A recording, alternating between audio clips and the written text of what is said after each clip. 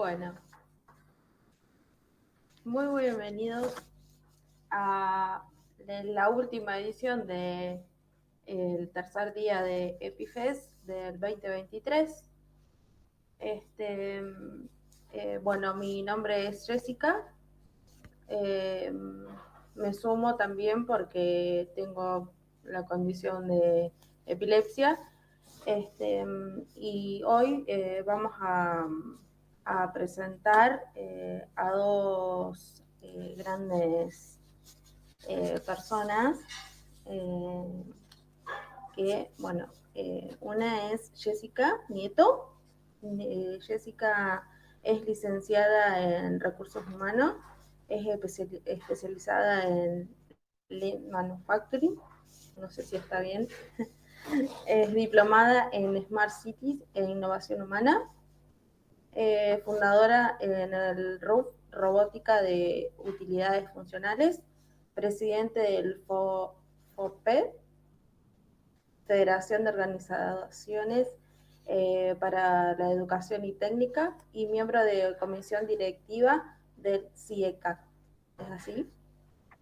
Bueno, significa que es Cámara de Industrias Informáticas Electrónicas y de Comunicaciones del Centro de Argentina. Jessica,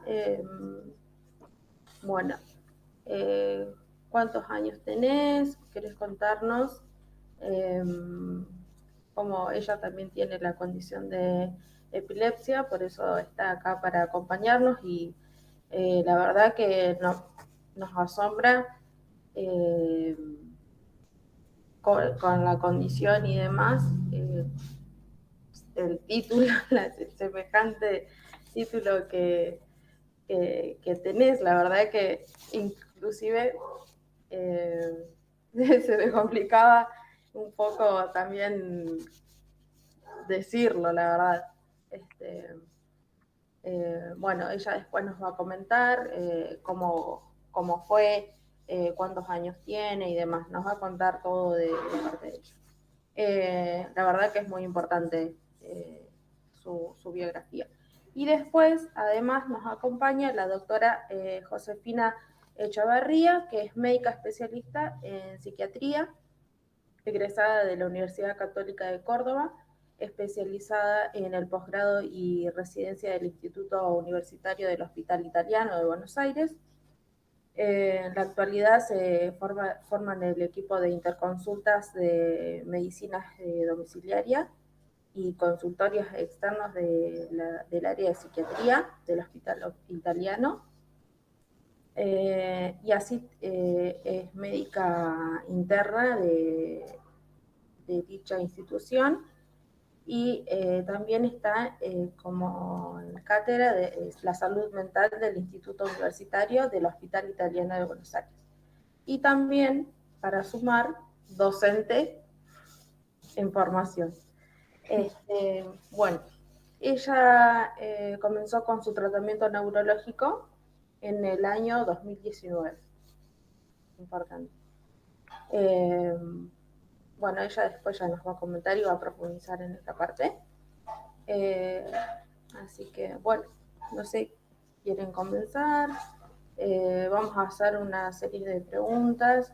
Vamos a dividir, porque tenemos 40 minutos, entonces vamos a dividir aproximadamente 20 minutos para Jessie y 20 minutos para Josefina, aproximadamente.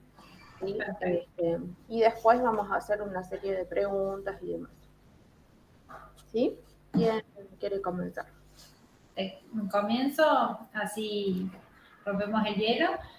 Bueno, tocaya, Jessy, la verdad que gracias por la presentación. Soy Jessica Nieto, tengo 35 años y me topé, digamos, con el diagnóstico, con mi gran cambio hormonal, mi primer embarazo. La verdad que no fue fácil porque justamente te enterás que sos mamá y al mismo tiempo me enteré que tenía epilepsia. Entonces, no fue sencillo, incluso el primer diagnóstico, por así decirlo, la la primera convulsión que tuve, me la habían dicho que era una crisis de histeria, porque bueno, estaba embarazada, o sea, y bueno, el servicio de emergencia me dio, la primera, digamos, diagnóstico fue eso. Y después, bueno, como fueron otras convulsiones sucesivas, ya ahí se me vio el especialista, el neurólogo, se me hizo el electroencefalograma, se vieron las patologías y demás, y comenzamos con la medicación. Sinceramente no fue algo sencillo por el hecho que también una se preocupa por el hecho de que justamente estás en pleno desarrollo del bebé. Entonces, eso sí, me empecé a investigar qué medicación era apta, no era apta para el proceso y demás. El tema del sueño, cómo dormir, dejar de dormir. Sinceramente, en ese sentido, no he tenido problemas en cuanto al dormir. Me asustaba mucho nada más esto de que las medicaciones yo sí notaba que me hacía dormir durante casi todo el día. Pero bueno, transité el primer embarazo, después transité el segundo embarazo y ahí es cuando yo, por así decirlo, tomé la decisión de estar más tranquila. Entre medio sí hice la especialización, entre medio sí cerré la licenciatura, incluso Jessy, lo que vos comentaste, esto de los títulos, me había bajoneado y bueno, la licenciatura solamente me quedaba presentar la tesis y lo hice en el segundo embarazo, o sea, tomé fuerza. En el segundo embarazo terminé la licenciatura, la especialidad y demás, porque solamente me quedaban las tesis, no es que tenía que ir a cursar y demás, sino era hacer ese cierre de ciclo, que bueno, costó. Y bueno, después de ello, sí empecé a investigar más, sí es como me topé con IVA, y la verdad, y con todo lo que es el movimiento de PIFES, esto de conocer los distintos motivos por el cual uno tiene, digamos, epilepsia. También yo tuve que empezar a reconocer, así como tengo distintas actividades, tengo que empezar a reconocer cuando soy mamá, cuando soy empresaria, cuando soy deportista y cuando soy emprendedora. No puedo ser todo al mismo tiempo. Entonces eso es algo que lo empecé a trabajar con la psicóloga, que algo que justamente me ayudó mucho. Al día de la fecha lo sigo trabajando porque cuesta justamente saber que tiene diferentes roles, pero también saber cuándo estar en uno y disfrutar de ese momento. Entonces me costó, pero no por ello, digamos, dejar de hacerlo. Ahora, la verdad que agradezco, de a poquito, digamos, estoy con un nuevo tratamiento y, bueno, agradezco de parte, digamos, de esto de poder hablar con mi doctora. Yo voy y le digo, por ejemplo, el tema hormonal, para mí creo que fue el inicio y ahora yo dije, doctora, detecto estos patrones, entonces yo también yo le llevo, digamos, indicadores, quizás sea por el tema esto de que me dedico a la tecnología, yo voy anotando y le voy diciendo, estos son los patrones que yo encuentro, ¿qué pasa si? Y le llevo un informe de mi día a día, se lo llevo a ella cuando tengo una consulta justamente para transmitirle, digamos, yo noto estos indicadores, ¿están bien o están mal? Es como que yo le hago un relevamiento justamente lindo en un factoring, es esto, buscar mejora continua. Entonces yo voy buscando los indicadores y se los llevo a la doctora y se ríe la doctora porque me dice esto de que voy con ya cosas y objetivos para trabajar, que está bueno, digamos, que uno lo pueda relevar, porque es mucho más fácil para el profesional que no está con nosotros en el día a día. Entonces, tener ese diario, por así decirlo, por ejemplo, saber qué estresa, qué no estresa, qué pasó, qué no pasó antes está bueno y agradezco eso, que mi última gran crisis, digamos, fue en agosto y fue por un estrés positivo, por así decirlo, o cierto, porque fue cuando estaba viendo la final de la Copa, tras el partido, convulsiones. Entonces, saber eso, que no solamente un estrés, que decir, trabajar, no, distintos tipos de estrés también me afectan y bueno, ahí reconocí, mira, viendo un partido, este fue el efecto. Entonces está bueno también reconocer qué es lo que me provoca estos espacios. Así que más o menos esa es mi situación. Y lo bueno es que también uno le enseña a la familia y el entorno. Por ejemplo, mis hijos saben que cuando yo tengo a mis ausencias, eso todavía no lo he podido dejar, sigo teniendo ausencias, sobre todo durante mi periodo menstrual. Entonces, me encanta porque ellos agarran y dicen, mamá tiene que respirar, que se siente tranquila y que respire. Y, por ejemplo, mi mamá se larga a llorar, se estresa y demás, pero me encanta que mis hijos dicen, bueno, no te preocupes, mamá solamente se tiene que sentar, estar tranquila y respirar. O sea, ellos ya lo toman como normal y ellos tienen 7 y 9 años. Entonces, esto también transmitírselos a ellos y que ellos te ayudan en esas situaciones. Y agregado a ello, también yo opté ante esa realidad no manejar. Por ahí uno dice, podría, pero yo tengo este reconocimiento de que aún las ausencias están, entonces opto por no manejar hasta tanto yo tenga normalizada esa situación.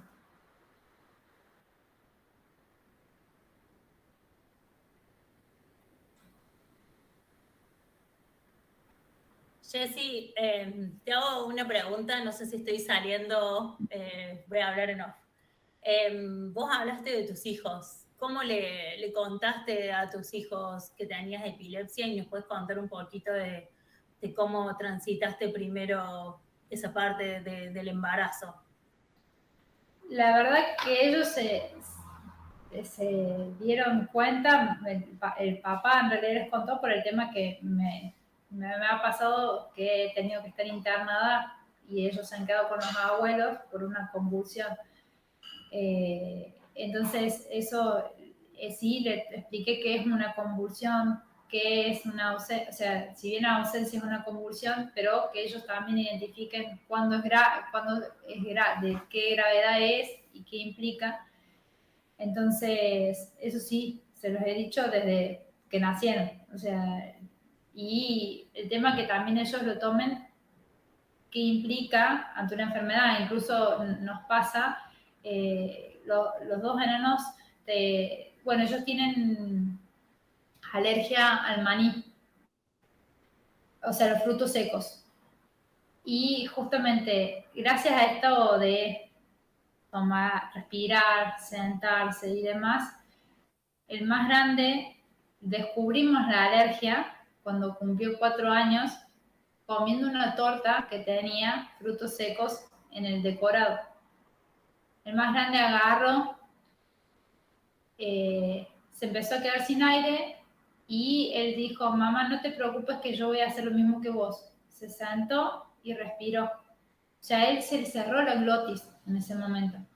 Y yo ahí nomás le di el Benadryl, o sea, en reacción que tuve esta, darle el antialérgico y demás, pero me encantó, me dice, mamá, no te preocupes que yo voy a hacer lo mismo que vos. O sea, él se sentó, respiró, o sea, no se alarmó ni salió corriendo y demás, pero tomó esa opción y el pediatra en sí me felicitó porque me dicen, no es que le puso un inyectable ni nada de eso, sino que él mismo se autocontroló y eso ayudó a que justamente la glotis no se cerrara completamente. Miren. Y es algo que ninguno dice, y yo le mostré ese ejemplo, y yo la verdad que agradezco que él haya tomado ese ejemplo, no te preocupes que yo hago esto. Se sentó, respiró y eso autocontroló esa reacción. Está buenísimo eso que decís, como, o sea, como uno le puede transmitir esa paz y esos aprendizajes que uno tiene de una propia enfermedad a otras cosas, a sus hijos. Está hermoso eso que planteas. Y esto de que no es, justamente, hay patrones en los cuales ayudan en otro tipo de enfermedad, que incluso en el broncoespasmo, por ejemplo, el broncoespasmo es normal en el desarrollo de los niños. Bueno, esto del autocontrol, la respiración, o sea, cosas que uno tiene que trabajar dentro, por ejemplo, de una ausencia y demás, eso mismo lo hemos trabajado con ellos y la verdad que ha ayudado a que en el caso de ellos no tomen medicación, solamente en casos extremos, sino ayudar a ese desarrollo. Bueno eso. Acá también me preguntan si vos llevas algún tipo de rutina y si recomendás eso para mejorar el tratamiento. Yo sé que soy muy acelerada, multifaz, así que yo lo que trato es, bueno, hago actividad física, corro maratones, corro normalmente todos los días, entonces eso me ayuda también a descargar y eso lo mantengo, digamos, diariamente. Hace 10 años tengo el diagnóstico, hace 10 años que yo corro. La verdad que me ayuda muchísimo y el tema de mantener justamente la medicación, no alterar. Yo al principio sí, con los embarazos lo respeté, después como que una se pone en contra no es por nada, yo me puse en contra de la medicación, una resistencia y me autodañé. Entonces, respetar los horarios de la medicación, el tema del sueño, las horas de sueño y a la par ayuda a la parte deportiva, porque si yo no respeto la cantidad de horas de sueño, tampoco genero la cantidad de proteínas necesarias para la actividad deportiva. Y ahora que trajiste dos temas hermosos. Primero, ¿cómo hiciste con el sueño y 2 hijos?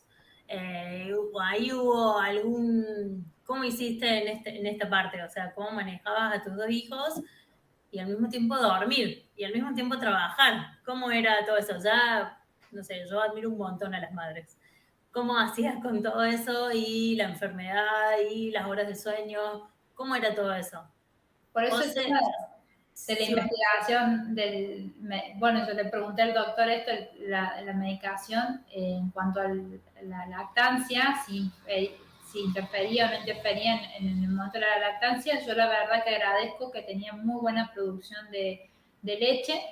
Los chicos, lo mínimo que han dormido es 6 horas. Entonces, nunca, y les enseñamos esto, el tema de eso, también la cultura de uno, siempre han dormido durante la noche, incluso durante el día hacían pequeñas siestas y demás, pero eso también me decían que es por una buena cantidad y calidad de leche, entonces yo les daba, e incluso por más que ellos no lo tomaran, yo utilicé mucho el extractor y por cada uno de los chicos prácticamente tuve 4, no se imaginan el freezer, 4, 5 meses después que ellos dejaron de tomar, digamos, de mi pecho, ellos tenían reservas en el freezer de mía, de mi suegra y de mi mamá. Porque yo me seguía sacando y guardaba. Detalle no menor, la leche no es la misma durante todo el tiempo. Entonces está bueno, yo iba sacando, así como vieron, tienen la fecha de vencimiento de la leche común y corriente, bueno, yo ponía la fecha de cada frasquito que me sacaba justamente para sacar, porque en función del tiempo en el cual se desarrolla es la cantidad de proteínas y carbohidratos que tiene la leche. Entonces yo iba sacando porque es en función de la etapa de desarrollo del niño. Claro. Y organización. Sí, todos están admirando tu organización. Y después nos contabas que corres maratones. ¿Cómo haces con eso y cómo te organizás? Y las maratones, por suerte, bueno, normalmente participo 21K a mitad de año y después a fin de año empecé a correr los 42 de Córdoba, que el año pasado corrí la segunda maratón. Agradezco la comunidad de runners o la comunidad de corredores, es muy amena. La primera maratón, justamente para mí es por la ansiedad y demás, tuve una ausencia durante la maratón. Y al día de la fecha agradezco al corredor, si mal no recuerdo, creo que se llama José, él me vio y me dice, Flaca, ¿vos estás bien? O sea, no, yo puedo hablar durante la ausencia. Y le dije, no, estoy con una ausencia. Entonces, contame qué significa eso. Estoy con una convulsión. O sea, yo seguía corriendo y cuando le contesto a esta persona, no se me fue del lado. Es más, me dice, ¿estás bien? ¿Cómo vas? Y demás. O sea, seguíamos corriendo y me acompañó hasta que él vio que yo tomé conciencia de mi cuerpo. Me acompañó durante, creo que 5 o 6 kilómetros. Y yo la verdad que se lo agradezco a él. Y bueno, la segunda maratón no tuve ningún episodio, pero fue por esto mismo, también aprender a controlar las emociones. Porque la primera fue porque era la primera y demás, y de la segunda ya lo fui con otra mente, y esto de pasarla bien. Yo voy con el objetivo ese, pasarla bien, no busco tiempos ni nada, sino llegar a la meta. No, también vos estás re loca, ¿cómo seguís corriendo durante la ausencia? Escuchá, y cómo está buenísimo esto que planteas bueno, de rodearte de gente que te vaya acompañando en las distintas actividades. Sí, incluso en el ecosistema emprendedor de Córdoba, me encanta porque me ha pasado dentro del ministerio, dentro del mismo ministerio. Creo que el ministro de Industria no debe olvidar no se debe olvidar mi cara, pero me pasó esto de que tener ahí sí tuve una convulsión de, digamos, la tónico-clónica. Entonces, el entorno no lo sabía y se topó con esto de irse de que no sabían que yo tenía este episodio. Y bueno, el mismo ministerio de toparse con que no estaban preparados para esto, no estaban preparados para cómo atender una emergencia, que eso es lo que les llamó la atención y que no sabían cómo hacerlo, la verdad. Y bueno, ahí es cuando se dieron cuenta de que es importante, ¿no?, contemplar las diversidades, como siempre se dice. Tal cual, tal cual. Bueno, gracias, Jessy. Vamos ahora a conocer la historia de José y después volvemos a un espacio de preguntas. Acá estoy, me estaba desmuteando. Bueno, yo es la primera vez que le escucho a Jessica también, así que estoy sorprendida con algunas similitudes por ahí de las historias de las dos. A mí me diagnosticaron en 2019. En 2019 yo estaba terminando mi residencia en psiquiatría, empezando literalmente ese mismo mes a trabajar en el hospital. Ya venía trabajando como residente, digamos. Había sido mamá hace menos de un año. Mi hijo Bruno estaba terminando su lactancia en ese momento. Y bueno, un día estaba trabajando, me había ido a ver un paciente domiciliario a la mañana, lo había dejado Bruno en el jardín, en la guardería, digamos. Y bueno, no recuerdo mucho de ese momento, pero bueno, sí recuerdo haber estado caminando por la calle, recuerdo que alguien me vio un poco perdida y me preguntó si me sentía bien, no lo recuerdo muy bien el momento, después me lo relató la persona que me ayudó. Y tuve realmente la suerte de que en ese momento, cuando me preguntaron si me sentía bien, ahí tuve una convulsión tónico-clónica, justo me agarraron porque si no, realmente pienso que algo me hubiese golpeado. Bueno, y ese fue como mi debut dentro de la neurología. Esto fue en Buenos Aires, yo vivo en Buenos Aires, me llamaron al SAME, me trasladaron a un hospital público. En el querido hospital público me dijeron que fue una crisis histérica, me dieron un poquito de lorazepam y me dijeron, bueno, obviamente llamaron a mi pareja, mi familia no vive en Buenos Aires, así que imagínense, confundidísima, muy ansiosa, llorando, crisis histérica prácticamente, como psiquiatra me dolió en el alma.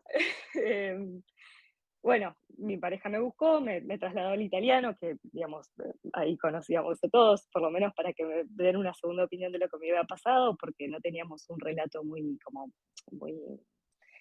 a ver, muy real de lo que había pasado, porque si bien la gente que estaba ahí me vio y vio todo el episodio, no estaban en el hospital como para relatarlo y yo no lo recordaba. Así que menos con una benzodiazepina después del episodio, ¿no? Entonces, en el hospital me estudiaron, estuve internada 2 días, en ese momento, eh, bueno, estudió por imágenes de por medio, me diagnosticaron una cavernomatosis múltiple, que lo traduzco en, son pequeñas tumoraciones vasculares dentro del cerebro, benignas, no cancerígenas, sino justamente tumoraciones que por ahí están y mucha gente en la población la tiene y es totalmente normal. Lo que pasa es que una de esas pequeñas malformaciones había sangrado, como son vasculares, había sangrado y ese pequeño sangrado, bueno, generó una irritación en cierto lóbulo del cerebro y eso generó, digamos, la convulsión en ese momento. Así que bueno, fue una mañana compleja esa mañana.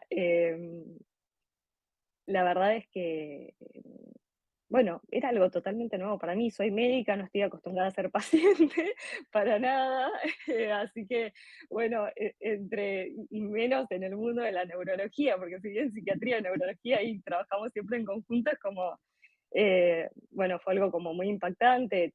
Como les decía, tenía un hijo muy pequeño, de vuelta en una ciudad que si bien tenía mucha contención, muchos amigos y familia, por ahí familia política, bueno, mi familia estaba lejos, mi familia vive en parte en Córdoba, en parte en Santa Fe, así que, bueno, así. Eh, Fue muy difícil al principio, principalmente porque creo que uno de los motivos por los cuales esto termina como desencadenándose, en parte fue por una cuestión hormonal, que es lo que me terminaron explicando después. Yo estaba, como comentaba, estaba terminando la lactancia con mi hijo, eso desencadenó muchas otras cosas a nivel hormonal, empecé un tratamiento hormonal y eso también terminó como, bueno, gatillando algunas de estas cuestiones. Y ahí empezó, bueno, todo el seguimiento neurológico, la medicación, los ajustes de medicación, el adaptar los ajustes de la medicación con todo lo que se implica al trabajo y al ritmo del día a día, que mi ritmo del día a día era movidísimo, ni hablar con un niño de 1 año. Así que, bueno, fue difícil entender que en cierto punto tenía que adaptar, por lo menos momentáneamente, mi vida a otro ritmo para empezar a trabajar sobre esto. Fue muy difícil también porque, bueno, como decía Jessica, Escudero, yo trabajaba en la guardia, entonces, ¿cómo adaptar mi ritmo de sueño a una guardia que es como un montón de horas de trabajo, digamos?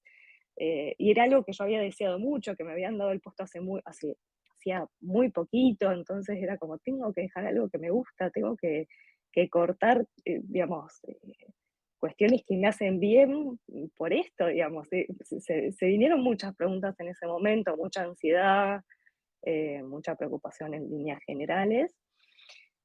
Y sumado a que por momentos la medicación funcionó muy bien en un principio, los primeros meses, y en cierto punto, unos 5 meses después, tuve otro episodio bastante grande porque la medicación había que ajustarlo un poquito más, bueno, y ahí empezó todo de vuelta, ¿no? Un momento de tranquilidad después de la convulsión, que me habían dicho, bueno, tal vez esto es una sola vez, vamos viendo, obviamente iba a ser un tratamiento prolongado.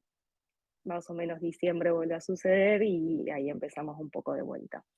Empezamos un poco de vuelta con muchas preguntas, porque ya había adaptado mucho de mi trabajo a poder descansar bien, mucho de mi vida cotidiana para que esté todo un poco más tranquilo y ordenado. Entonces, mi pregunta era como, bueno, ¿qué se hace ahora, no? Está la medicación, está el ritmo de vida, está todo armado y no funciona. Eh, Así que, bueno, fue seguir reestructurando. Y algo que puedo ver ahora, que ya pasó el tiempo y ahora sigue un poquito más la historia, es que en realidad las cosas también se van acomodando en la medida que uno lo permite, ¿no?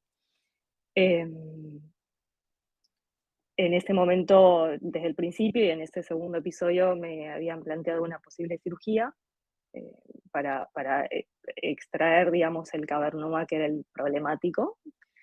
En un principio mi neuróloga, muy inteligente, me dijo, bueno, José, esto lo tenés, está, puede que no sangre nunca más, puede que no, que se quede ahí quietito, ponele un nombre, hacete amiga y seguimos el camino. Y eso hice, pero bueno, cuando ya Pepito, que lo nombré, empezó a hinchar demasiado, era como, bueno, ¿qué hacemos con Pepito?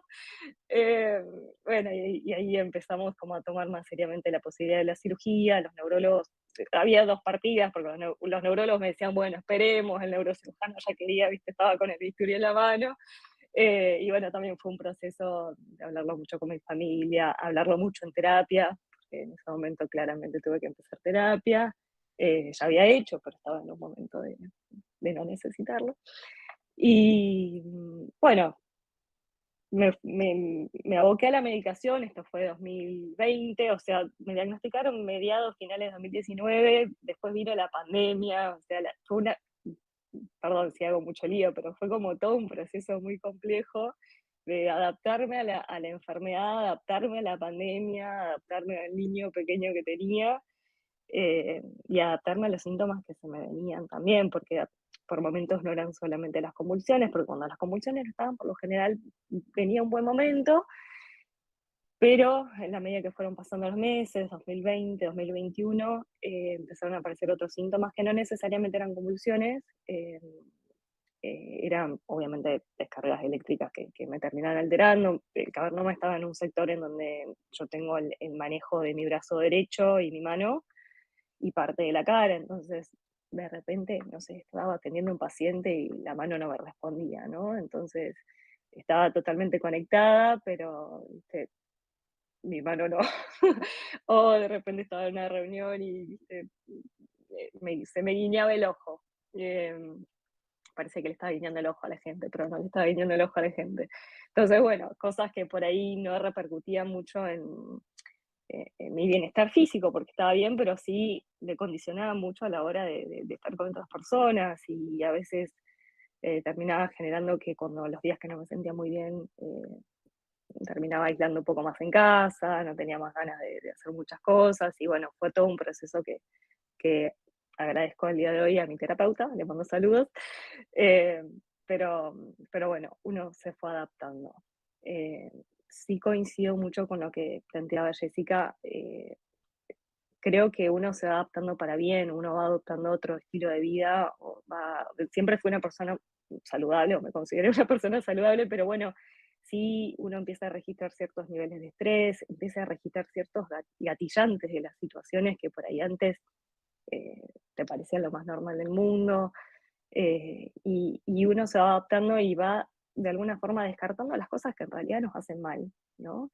Eh, si tenía un mal ritmo de sueño, bueno, tratar de adaptar eso para, bueno, para que mi cuerpo esté bien, básicamente, si yo tengo sueño, mi cuerpo no está bien, entonces ir organizándose de manera tal que, bueno, todo se acomode de una manera lo más saludable posible, ¿no? Con sus excepciones. En un principio me daba mucho miedo hasta ir a un casamiento, es decir, ¿qué hago en un casamiento hasta las 3 de la mañana? No voy a dormir, tenía miedo de que me pasara algo, y son todos miedos que en la medida que pasa el tiempo, uno se va dando cuenta que si después hace las cosas bien, o si antes hace las cosas bien y descansa, no pasa nada, y el estilo de vida es exactamente igual de cualquier otra persona, ¿no? Con sus cositas, pero un buen estilo de vida. El resultado final de esta historia, y ya dejo que me hagan preguntas, por eso me servían las preguntas, en el 2021, después de todos estos síntomas que relaté, y después de mucho pensarlo, finalmente, bueno, y después de muchos cambios a nivel farmacológico que no resultaron, me propusieron la cirugía. Tuve una cirugía en abril del 2021, hace 2 años. Salió todo bien, por suerte. A ver, siempre estaban los riesgos y beneficios de una cirugía, que secuelas y todo lo que nos pueden asustar un poco los cirujanos. Por suerte salió todo bien, gracias a Dios salió todo bien. Y a partir de ese momento, salvo algún que otro episodio postquirúrgico, en general estuve muy bien. No he tenido crisis desde ese entonces, así que para mí es un lujo personalmente. Y, y bueno, estoy ahora precisamente en un periodo de cese de medicación. A ver, obviamente con sus riesgos, porque si bien el cavernoma no está, están todos los otros que están ahí, que les pondré nombre en su momento, o no, que pueden generar algún síntoma o no, entonces también es convivir con eso, digamos, no solamente, bueno, sacamos pero bueno, también seguir cuidándose y seguir manteniendo cierto estilo de vida, eh, para que no vuelva a suceder en cierto punto, que si sucede, digamos, uno ya sepa cómo manejarlos y que no sea un episodio muy grande. Eh, bueno, creo que también es adaptarse a la idea y trabajar sobre eso, ¿no? Tal cual. Doc, y una pregunta que nos están mandando acá. Primero, buenísimo, buenísimo que, cómo pasaste y cómo contaste toda tu historia desde que te diagnosticaron hasta la cirugía, que tremendo, tremendo todo. Eh, y acá nos preguntan, ¿qué pasó con tu experiencia en el consultorio? ¿Alguna vez tuviste algún episodio en el consultorio? ¿Te pasó, tuviste una crisis, algo? A ver, no he tenido crisis convulsivas, digamos, tónico-clónicas, digamos, no he perdido la conciencia frente a un paciente ni nada por el estilo. Sí, en este último periodo previo a la cirugía, eh, tenía mucha sintomatología, principalmente en mi mano y en mi brazo, y de repente tenía algún temblor o una pequeña rigidez o como esta sensación de no poder moverla. Y era muy angustiante porque en realidad ahí es donde uno deja de prestar atención a lo que tiene enfrente y bueno, la realidad es que cuando a mí me parecía cualquier síntoma, mi pensamiento inmediatamente se iba a, vas a tener una convulsión, entonces a partir de ahí fue muy difícil el manejo. Eh, por suerte no he tenido muchas experiencias de este tipo con pacientes. Sí me ha pasado una vez que tuve miedo, creo que parte de, de estas situaciones tenían que ver mucho también con mi miedo a que me pasara algo. Y me ha pasado que es como, tenía pacientes enfrente y es como, disculpame, un segundito, ya vengo con toda la paciencia del universo porque hay que sostener como las formas en ese momento. Y he salido del consultorio y si hay algún compañero cerca, le comentaba a mi compañero, mira, no me estoy sintiendo muy bien. De hecho, en un momento no pasó nada, creo que tuvo que ver más con mi ansiedad. Mi colega se acercó al consultorio con un paciente y le dijo, mira, justo la doctora no se siente muy bien, la esperas un ratito afuera, y el paciente re bien, pero afuera, se me pasó y volví y estuvo todo bien, pero sí fue un momento en donde tuve que adaptarme bastante. Eh, sí, fue Y, difícil. y de paso te pregunto, traes esa pregunta de qué pasó con tus colegas, cómo reaccionaron tus colegas en ese momento. Bueno, cuando tuve el primer episodio estaban todos como muy sorprendidos, ¿no? Además, la epilepsia es algo que en general no se habla mucho, ¿no? No sé si pasa, o sea, se conoce, se sabe que existe, que es una cosa, pero inclusive hay como un concepto medio raro de la epilepsia, ¿viste?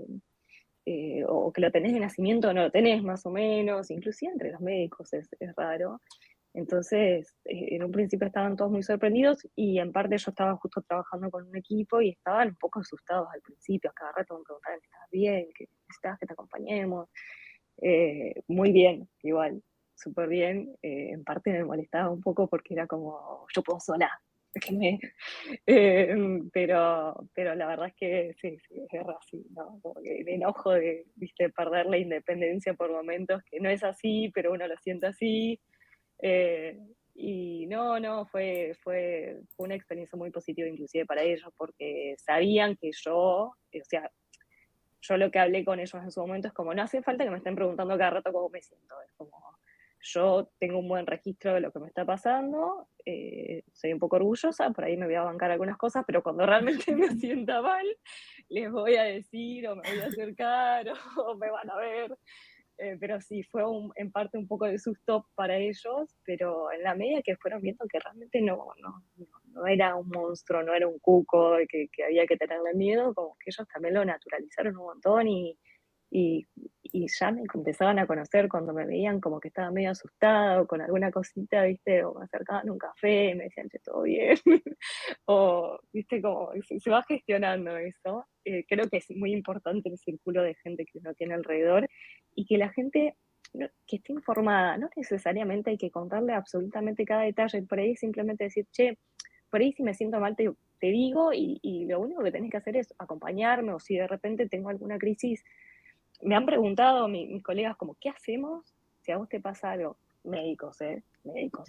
¿Qué hacemos si te pasa algo? ¿No? Bueno, y explicarles un poco qué hacer si pasa algo simple, ¿no? Como, bueno, si me pasa algo, si estamos en un hospital, me llevan a la guardia, llaman a la guardia, no sé.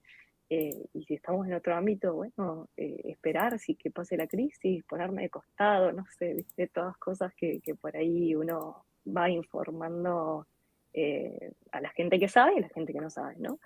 Claro. Me costó un poco eso, porque en parte me costó como tener que explicar que me pasaba algo, como que era como, ¿por qué tengo que explicar que me pasa algo? Y después, en la medida que uno también lo naturaliza un poco, también cuando uno acepta un poco la condición y lo hace parte del día a día, creo que también el otro lo toma así.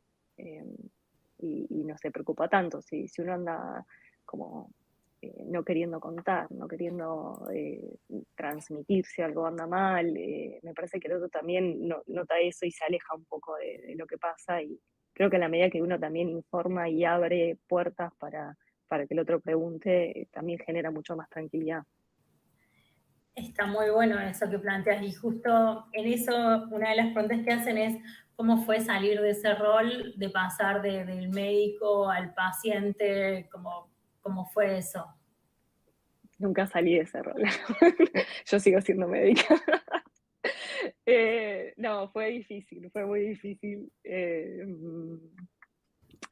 Porque en realidad, bueno, de repente, no sé, siempre fui una persona muy sana, nunca tuve problemas, nunca había tenido una internación, entonces de repente estar internada, que encima, perdón, pero trabajando en un hospital, viste, hasta mis compañeros eran mis médicos, o sea, no los psiquiatras, pero los neurólogos, que por ahí uno tenía pacientes en común, y fue doblemente difícil, pero creo que también en parte me ayudó a empatizar muchas cosas con mis pacientes mismos, ¿no? Como eh, ahora cuando un paciente viene y me cuenta alguna, no necesariamente de epilepsia, de cualquier otra cosa, ¿no? Y las dificultades en lo social, en lo familiar, eh, creo que uno también de alguna forma se pone en ese otro lugar y lo comprende de otra manera, así que salirme de ese rol de médica y ponerme en el rol de paciente por ahí también me costó, pero me ayudó también en lo profesional, podría decirlo, ¿no? Sí, tal cual, como que bueno, somos personas todos, todos podemos llegar a enfermarnos, todos podemos llegar a Total, tener esto. totalmente, totalmente. Sí, como decía Jessica, tuve un momento como de odio hacia la medicación, eh, la detestaba, la detesto, no mentira, no, le agradezco mucho que existe la medicación, yo realmente me costó un poco eso, después me amigué mucho y le quise mucho, pero sí, costó mucho también adaptarme a eso, como horario, ser firme con la medicación, el saber que la tengo que tomar, y bueno, también, viste, ponerle un nombre a la medicación que tiene nombres horribles y, bueno, saber que es parte del día a día, ¿no? Y ya está. Y es una pastilla y no me condiciona absolutamente nada, ¿no? Eso, Creo que eso está buenísimo, eso que vos planteaste, le pusiste un nombre a la epilepsia, le pusiste un nombre a la medicación, ¿cómo es eso? eh, no sé cómo es esto. Mira, fue algo que me lo plantearon en algún momento con el Tabernoma puntualmente, los neurólogos. Pero muy puntualmente es como, amigate con esto, ¿no? Porque me veían como muy nerviosa, muy ansiosa con todo, y es como, esto es parte de lo que va a ser tu vida, entonces, o podés estar totalmente enojada con la situación y vivir enojada, o, bueno, entenderlo como es algo que te va a acompañar, ¿no? Como una cosa que te acompaña. Y como parte de mí también, porque a veces pasa eso, ¿no? Como a mí me pasaba al principio, veía como el Cabernet era una cosa, viste, que me invadía y en realidad, bueno, soy yo también. Entonces, bueno, le pongo un nombre, le puse un nombre, y, viste, cuando tenía alguna crisis, viste, trataba de utilizar el humor como para distraerme, era como, Pepito, viste, basta, Basta déjame con en eso. paz. no servía de mucho, a veces sí, a veces no, pero creo que era una manera también de entender que esto era parte del día a día y de última me acompañaba y no era que me invadía, ¿no? Como, qué sé yo. A mí me sirvió, no sé si les va a servir a todo el mundo, pero a mí me sirvió. Yo tengo Genial. una pregunta personal. Bueno, también tengo la misma condición que ustedes, pero bueno, o sea, no tengo, eh, no cargo con todos los títulos eh, hermosos que tienen, pero, o sea, digo, más allá que cuando ustedes presentan su currículum y pueden también trabajar independientemente, pero cuando llevan su presentación, su currículum y demás, complica el tema de cuando leen que tienen esta condición, o sea, pesa el título y la condición, hacen un equilibrio o no sé, descomplicó o no. No sé, Jessica, si querés decir algo antes. La verdad, o sea, no es por nada, son dos aspectos distintos en el sentido el título, la parte profesional de una y la parte personal, por así por otro lado. Sí, por este evento que tuve, particularmente esta crisis que tuve en el ministerio, la otra vez, la mayoría se sorprendía de eso, Jessy, porque nunca nos contaste de esto. Eso sí, me lo dijeron empresarios, me dicen, nunca nos contaste de esto y se quedaron sorprendidos. Digo, pero no me condiciona, eso es lo que yo le decía, no me deja hacer lo que soy profesionalmente, porque es como planteaba José, es decir, yo tengo que saber cómo trabajarlo y una ausencia particularmente no me va a parar o esto, la condición, porque justamente estoy tomando la medicación y demás. Entonces, no son, digamos, acciones y demás que te evitan trabajar profesionalmente. Yo opino muy similar. En líneas generales, no he tenido problemas en lo laboral con esto. A ver, justo en el inicio de toda la situación por ahí, viste, todos estaban, como decía, estaban todos como más asustados, pero creo que no es algo que me condicionó en absoluto, ni para trabajar, ni para seguir estudiando, ni para ser mamá, ni para nada, digamos. Creo que fue también más un camino en lo personal de saber cómo lidiar con esto uno, más que, creo que a veces uno se pone más las limitaciones que lo que te las pone el otro, ¿no? Obviamente hay situaciones, digamos, que la patología misma te pone algunas limitaciones, pero creo que en la medida que uno sepa cómo atravesar esas limitaciones, creo que los otros no necesariamente ponen trabas. Sí, claro, porque bueno, a veces uno conoce hasta, como usted dice, hasta dónde podemos y demás, pero el resto de las personas por ahí, bueno, juzgan y dicen, bueno, por esto, bueno, al no conocer, como decimos, no conocen la epilepsia y saben que no interfiere en nada, por ahí, bueno, dicen, bueno, no por esto o no por aquello, y bueno, por ahí sin saber, por ejemplo. Sí, te agrego, Jessy, que a mí, cuando me diagnosticaron, yo trabajaba en el sector de la salud, era secretaria en ese momento. Mi espacio de trabajo como que no lo tomó bien. Yo hacía horas extras y demás, y bueno, tuve que reconocer que yo estaba justamente adoptando y reconociéndome mi nuevo rol, qué limitaciones tenía, entonces empecé a cuidarme a mí misma y no hacer horas extras, no cubrir vacaciones, que por ahí una lo hacía. Y bueno, lamentablemente no lo aceptaron y eso me motivó a trabajar independiente.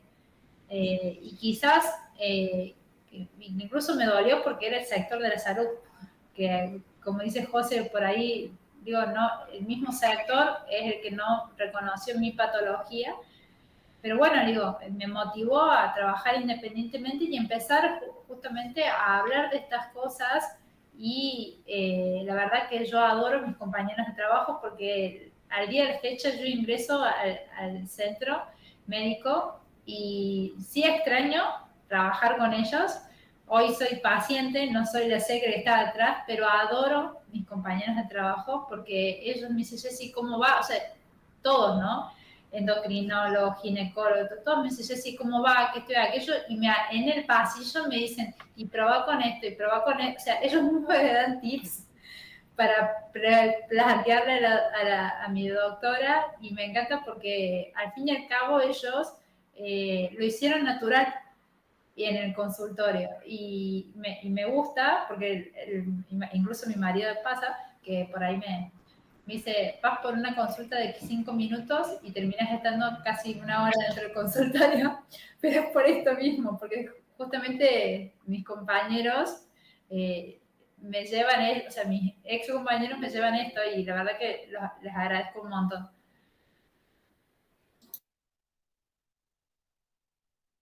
Tenemos algunas preguntas que dejaron en YouTube. ¿Sí? Ahora se las vamos a leer.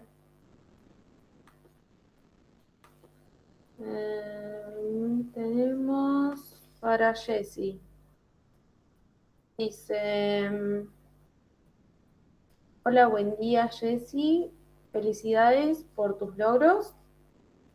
Quería consultarte si recomendás llevar una rutina para un mejor tratamiento. La verdad que es buscar eso que a una la genere descarga. Puede ser rutina deportiva, arte, electrónica, o sea, buscar, porque al fin y al cabo es descargas eléctricas lo que estamos teniendo, entonces buscar dónde nosotros podemos encontrar eso.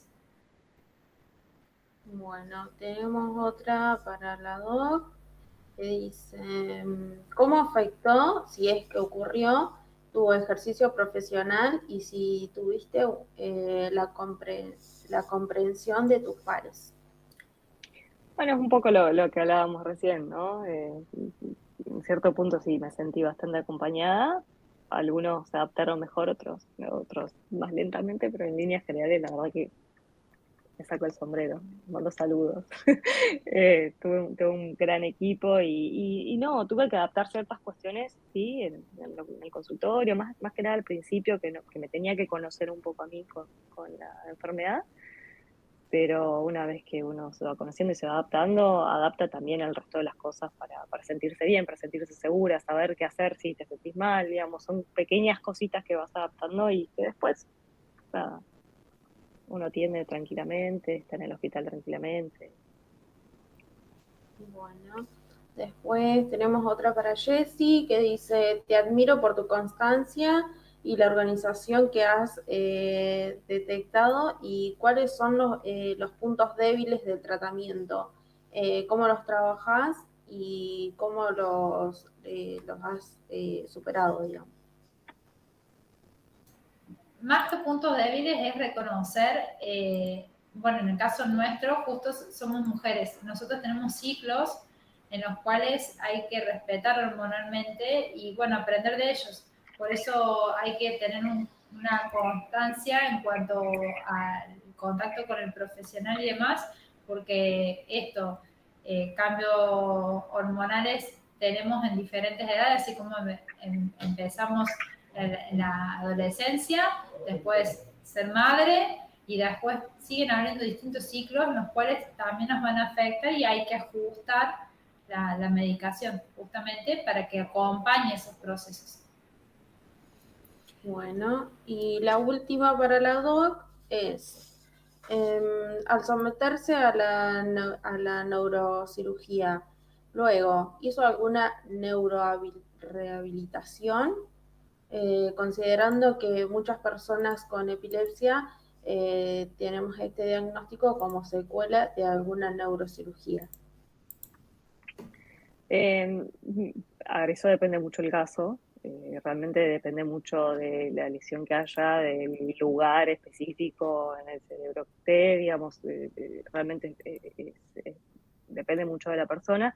Puntualmente yo, justo el cavernoma que estaba como afectando, estaba en un lugar dentro de todo bastante accesible, con sus riesgos. Uno de los riesgos era que por ahí tenga que haber hecho una rehabilitación del brazo y de la mano, porque bueno, estaban tocando una zona ahí como muy delicada.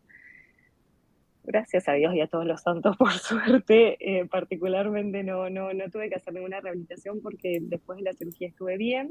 Tuve algunas pequeñas crisis después de la cirugía, no grandes, digamos, sino más bien en la sensibilidad de la mano, pero no fue necesario hacer una rehabilitación. Fue una cirugía, sinceramente, que estuve 1 día y medio en el hospital y después me volví a casa. Con un poco pelada nada más, y después de eso, bueno, el pelo creció, como verán, está todo muy bien, pero realmente creo que hay como todo un miedo también a las neurocirugías, inclusive para mí, digamos, nunca en mi vida me hubiese imaginado que me iban a abrir la cabeza, literalmente, y la verdad que veo compañeros que han tenido apendicitis que han estado más tiempo internados con más complicaciones y yo voy a casa como si nada. Y a los literalmente 25 días ya estaba trabajando de vuelta, con precauciones, etcétera, pero un ritmo totalmente normal. Los neurocirujanos me decían, ¿qué haces acá? Anda a trabajar. Andate. Bien. Nada más. Bueno, no sé, Iva, ¿o tenés alguna pregunta? No, la verdad que respondieron todo unas genias totales y hermoso escucharlas a las dos. La verdad que un placer escucharlas a las dos. Hermoso y hermoso conocerlas un poco más. Espero podamos en Espacio Epilepsia seguir conociéndolas un poco más de a poquito. Nada, contarle a la gente que tengo la suerte de conocerlas personalmente, que son dos mujeres que están, nada, que son increíbles, que son admirables las dos, que quiero mucho y que bueno, que de a poco ojalá sigamos conociendo un poco más porque nada, son excepcionales. Bueno, de nuevo agradecerles a todos por estar en esta charla, por estar en el EpiFest, por estar en todos estos días. Y bueno, decirles a todos que se vienen los talleres, así que todavía hay un tiempito más para seguir anotándose. Quedan algunos cupos, o sea que aprovechen esta última hora para anotarse porque quedan muy poquitos, o sea que aprovechen esta última hora.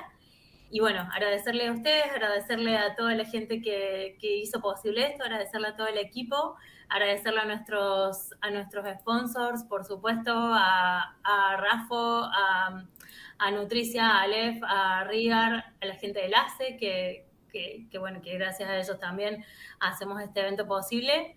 Y bueno, nada, ojalá sigamos haciendo muchos eventos más porque la verdad que gracias a toda esta comunidad y todo esto es que estamos eliminando estigmas. Así que bueno, nos vemos el año que viene, ¿no? Esperamos el año que viene, que nos sigan en Instagram, en Twitter. No sé, quizás el año que viene vamos a tener TikTok, no sabemos. ¿Por qué no? ¿Por qué no? Exactamente. Comenten todo, manden fotos, manden comentarios en redes sociales. Nos vemos en Espacio de Epilepsia. Y bueno, ahí nos vemos todos. Bueno, gracias a todos. Suscriptores en YouTube, no sabemos. Exactamente. Vamos a reventar las redes. Exactamente. Nos vemos en todos lados. Muchas gracias. Gracias. Adiós. Adiós.